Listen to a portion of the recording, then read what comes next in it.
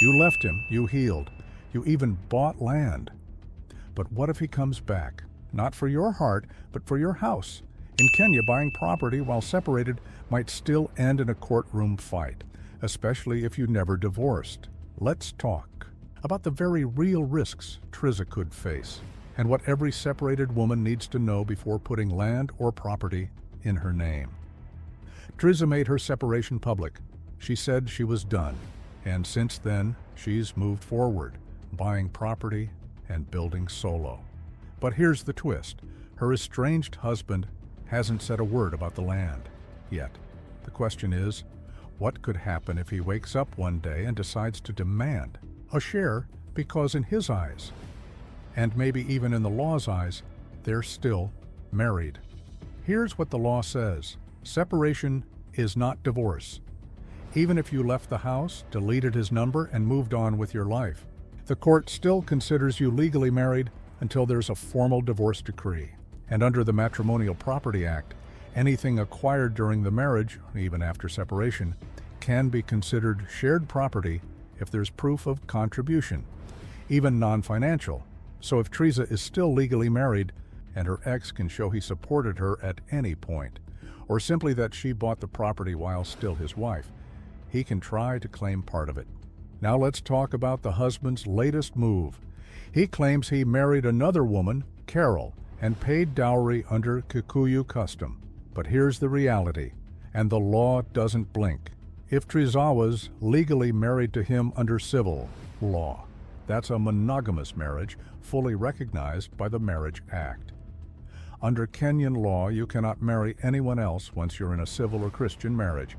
So this supposed marriage to Carol, dowry or not, is null and void. It has no legal recognition. The dowry means nothing in court, zero legal weight. And now, here's the real twist. If Triza is still legally married to him and there's no formal divorce, then she can claim a share of any property he and Carol acquired during the separation. Why? Because under the law, Triza is still his one legal wife.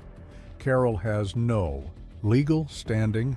That land he's buying with Carol, that car or business they're building together, Triza could walk into court and claim it, because the law still sees her as the wife. Let that sink in. Trying to sideline a legal wife with a cultural shortcut can backfire. Here's what every woman must do before buying property while separated. File for divorce immediately, even if you think he's not a threat. Document all financial contributions. Prove it's 100% yours. Avoid publicizing big purchases before your status is clear. Get legal protection. Draft declarations of sole ownership, because if he hasn't come for your land yet, that doesn't mean he won't.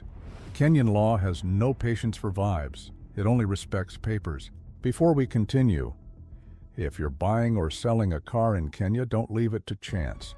Use a legal car sale agreement template that covers you on both sides, includes buyer and seller details, ID numbers, covers payment terms, witness section, and vehicle infoworks for both cash sales and installments. Download our ready-to-use, lawyer-approved car sale agreement now at Legal Bylaws of the Land, PayHip. Come protect your car and yourself. Separation might heal your heart, but only divorce protects your assets. Don't wait for drama. Outsmart it. Outfile it. Outlaw it. Subscribe to Laws of the Land, where your freedom isn't just emotional, it's legal.